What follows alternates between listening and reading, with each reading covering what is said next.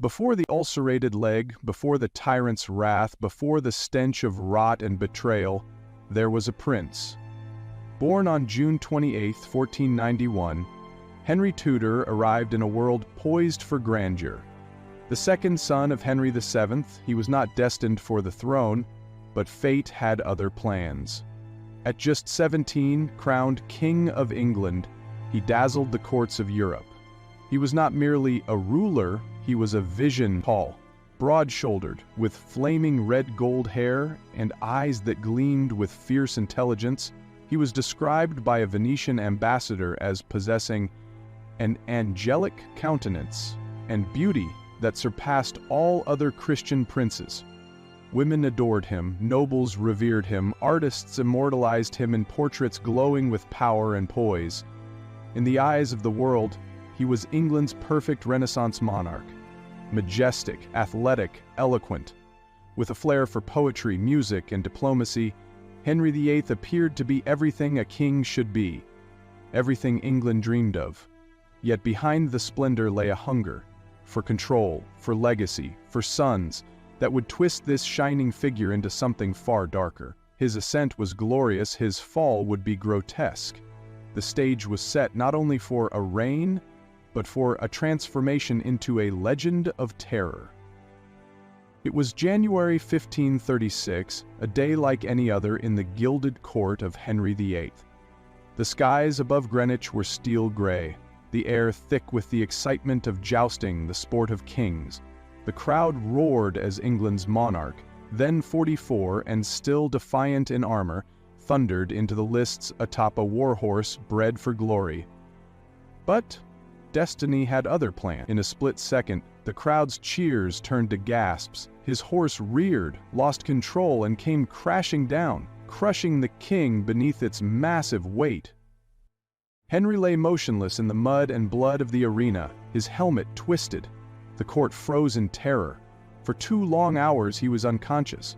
Whispers spread like wildfire. Was the king dead? Then, a breath, a flicker of life. He survived, but something in him did not. The leg he injured never healed. Instead it festered, becoming a chronic ulcer that oozed and reeked, announcing his arrival long before he entered any chamber. And something else changed, his mind. The fall, historians believe, may have damaged more than bone and muscle. It may have rattled the foundations of his very being. After the accident, his temper darkened, his paranoia deepened. Only 4 months later, his second wife, Anne Boleyn, would be executed, on charges few believed, but none dared to question. This moment, this brutal fall, marked a turning point.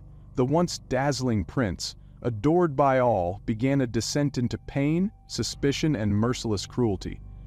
His enemies would soon learn that the king who had once jousted for honor now struck without warning and without mercy. The golden age of youth was gone. In its place stood a monarch transformed by agony, riding a tide of blood into infamy. Once the embodiment of masculine grace and royal magnificence, Henry VIII soon became trapped within the grotesque prison of his own body. The jousting accident of 1536 did more than wound his leg, it shattered the symmetry of a man once compared to Greek gods. The ulcer that festered beneath layers of velvet and armor never healed. It swelled, seeped, and stank with rot. With each passing month, the king's once athletic frame ballooned into monstrous proportions. His waistline, once a trim 89 centimeters, expanded to over 130. His body swelled beyond the reach of conventional fashion. Tailors labored to create garments that could stretch and conceal the swelling tide of flesh. His weight surged past 180 kilograms. Palaces were altered to accommodate him. Doorways widened, staircases reinforced, and when walking became agony, he was hoisted between rooms with pulley systems designed for beasts of burden, not kings of blood. Behind closed doors, he groaned under the pressure of his own mass. His legs, riddled with ulcers, bore open wounds that exposed bone. Physicians tried everything, cauterizing the sores with red-hot irons, concocting salves with arsenic and mercury. Nothing worked. The pain was constant, the odor unbearable. Servants were ordered to endure it in silence. Courtiers held perfume cloths to their faces, praying he wouldn't notice their revulsion. Yet the king did notice. He always noticed. Every glance, every whisper, every flinch fed the storm inside him. The once golden ruler became a creature of shadow and stink, filled with fury, shame, and suspicion. Mirrors were covered. His portraits, still regal, still composed, became fantasies that masked the horror of reality. No longer a man, no longer a god, Henry had become a monster, made of flesh, pain, and power, a living contradiction of the divine image he once claimed to be. By the 1540s, Henry VIII's body had become a battlefield. His enemy not foreign armies, but his own decaying flesh. The ulcer on his leg, once a festering wound, had now evolved into a gaping chasm of infection. It wept with pus, bled without provocation, and reeked with such intensity that it overpowered entire chambers. His physicians, desperate and clueless, became butchers in silk robes. Their methods, cauterizing raw flesh with searing iron, applying paste laced with arsenic, dressing the wound with mercury-soaked cloth, did more harm than good. His skin blackened, the stench deepened, bones became visible through the open sores, and maggots, nature's final insult, were said to occasionally infest the wounds. Bloodletting, the favored cure of the day, was performed so frequently that it left the king weakened, ghostly pale, and enraged. And yet, to question the physician's competence was to risk being charged with treason. The ulcer's odor grew so horrific that it reached the far corners of his palaces. Servants dreaded being summoned. Even seasoned courtiers, accustomed to the grotesqueries of power, struggled to suppress their gag reflexes. Still, no one dared recoil. Fear of royal wrath outweighed revulsion. The court became a place of perfume-drenched kerchiefs, forced smiles, and whispered prayers for early dismissal. But it was not just Henry's leg that was rotting. His soul seemed to decay with it. Each failed treatment chipped away at his composure. Each scream of pain fueled his paranoia. The king, who had once inspired awe, now inspired dread. Physicians, once advisors, became scapegoats. Servants became spies. Every visit to the royal chamber felt like a step into a tomb. This was no longer a sovereign's reign. It was a slow Gamotan crucifixion. And with every day that passed, the man who once ruled kingdoms watched helplessly as his own flesh betrayed him. As Henry's body decayed, so too did his mind. The foul stench of his rotting leg became a cruel metaphor for the rot that had taken root in his thoughts. No longer the confident prince of his youth, the king grew suspicious, volatile. His court, once filled with music and diplomacy, transformed into a den of whispers, fear, and death. Every cough, every glance, every pause in conversation could be interpreted as treason. He trusted no one, not his nobles, not his advisors, not even his wives. The air around the throne grew thick with dread. Nobles walked on eggshells, knowing that a single word, misheard or misunderstood, could send them to the block. His paranoia devoured logic. His wrath knew no bounds. The execution of his fifth wife, Catherine Howard, and her young lover only fueled the flames of terror. And still, Henry's obsession deepened. He became convinced he would be poisoned. He ordered an elaborate food safety system. All meals were tested by tasters. Every dish, every utensil was inspected with near-religious fervor. The kitchens became fortresses, the servants suspects. Even old friends fell. The execution of Henry Howard, Earl of Surrey, just 9 days before the king's own death, was a final, brutal punctuation mark in a reign that had become increasingly soaked in blood. No one was safe. Loyalty meant nothing. Behind the grand tapestries and golden thrones, the king sat in silence, breathing heavily, staring at his goblet as though it held both life and death. He no longer ruled with wisdom or might, but with fear. His court became a theater of compliance, where smiles hid terror, and loyalty was measured not in words, but in survival. The lion had become a beast cornered by his own madness, a tyrant haunted by ghosts of betrayal he had conjured himself. Winter had wrapped England in frost when death finally crept to Henry VIII's bedside. But it was not a swift visitor. It came slowly, cruelly, dragging the once mighty king through every circle of torment before granting him release. His body, now more tomb than temple, had collapsed into a grotesque ruin. The ulcers on his legs had turned black with gangrene. The stench, now unbearable, reached far beyond his chamber. Courtiers stuffed perfumed rags into their sleeves, masking their disgust with false devotion. To gag in the king's presence was a risk few dared to take. Each breath was a struggle, wheezing, wet, and rattling like death's door swinging open.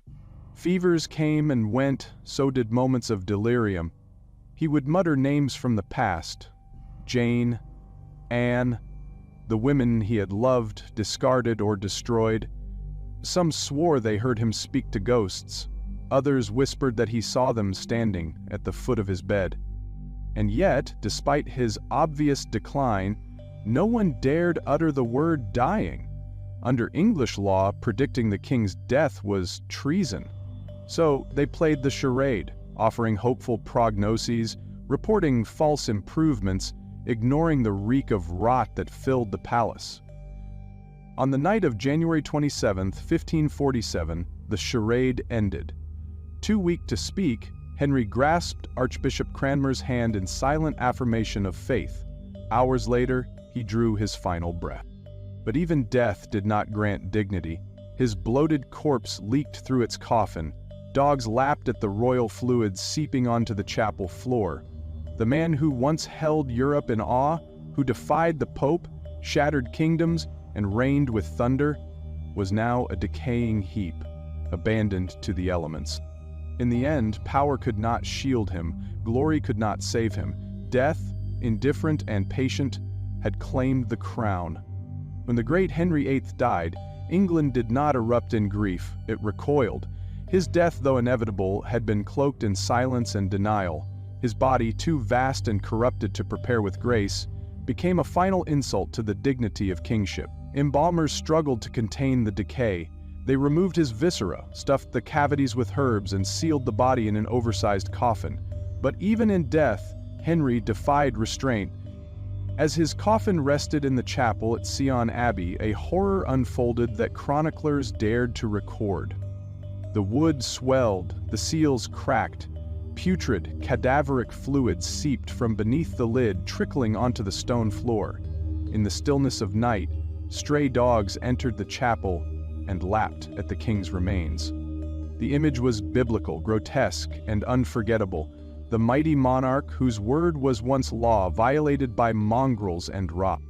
On February 16, 1547, nearly 3 weeks after his passing, his state funeral commenced. Perfumed fabrics veiled the stench, trumpets masked the silence, and the pageantry of power did what it always did. It lied.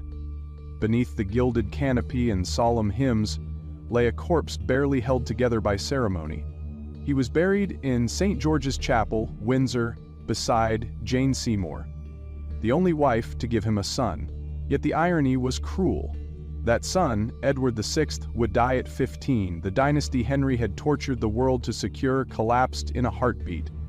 His true legacy passed not through the boy he bled England to produce, but through the daughters he had tried to control, Mary and then Elizabeth, who would shine far brighter than her father ever imagined. In the end, Henry VIII left not a golden throne, but a cautionary tale. Not a lineage of power, but the echo of ambition undone by mortality. Henry VIII did not simply die, he collapsed. His end was not one of noble resignation or divine transcendence. It was grotesque, humiliating, and soaked in decay. The man who had once commanded armies, reshaped England's religion, and bent the nobility to his will, died not as a sovereign, but as a cautionary tale, bloated, broken, and abandoned by the very body that once made him legendary. His official portraits had shown him as a titan, legs spread, fists clenched, eyes fierce with destiny. But those were fantasies painted in oil and flattery. The truth lay in a reeking corpse that leaked onto stone floors, in a face twisted by pain and paranoia, in a mind once brilliant now eaten alive by suspicion and madness. The transformation was complete, from Renaissance ideal to monstrous relic. And yet, that death speaks volumes. It is a reminder that no crown, no army, no divine decree can protect a man from the march of time. Henry VIII believed he was chosen, that he could bend even God's laws to his will. He severed England from Rome, broke marriages like contracts, and took heads like trophies. But in the end, he could not sever himself from fate. His legacy was not the male heir he obsessed over, but the golden reign of Elizabeth I, daughter of the wife he murdered. His greatest work was not the Church of England, but the unintentional lesson he left behind, that power, unchecked, consumes itself. In death, the myth shattered. The mighty king, once feared and worshipped, became a symbol not of triumph, but of transience. His story endures because it reveals a universal truth. Even the gods of men rot. Even the most absolute power must bow before the final sovereignty of death. Henry VIII's death was not merely the end of a man, it was the collapse of an illusion. For decades he had ruled with unchecked authority, silencing dissent, reshaping faith, and defying both Pope and Parliament. He believed himself invincible, chosen by God, immune to the frailties that plagued ordinary men. But in the end, his body betrayed him, his power could not stop the rot that devoured him from within. The man who beheaded wives for failing to bear sons could not protect his own frail heir. The monarch who demanded obedience from his subjects could not command his own flesh to heal. And as the fluids of decay leaked from his coffin, staining holy ground and attracting stray dogs, the myth of divine royalty was drowned in the stench of mortality. His fall was not just physical, it was symbolic. Henry VIII, once the embodiment of Renaissance might, became a grotesque reminder that all kings are mortal, all crowns are temporary, and no man, no matter how powerful, escapes the final reckoning. In the end, Henry taught a lesson far greater than any edict. Absolute power does not conquer death, it only delays the moment when even the greatest must kneel before it. Henry VIII's rise and fall remind us that even the mightiest are not immune to decay. His story is not just history, it is a mirror, reflecting the dangers of unchecked power, vanity, and human fragility. If this tale gripped you, challenged your view of royalty, or revealed something deeper about the nature of power, don't let it fade into silence. Like this video, share it with fellow history seekers, and subscribe to Whispering Myths for more forgotten truths brought to light. Behind every crown lies a shadow, and we're here to uncover it, one legend at a time.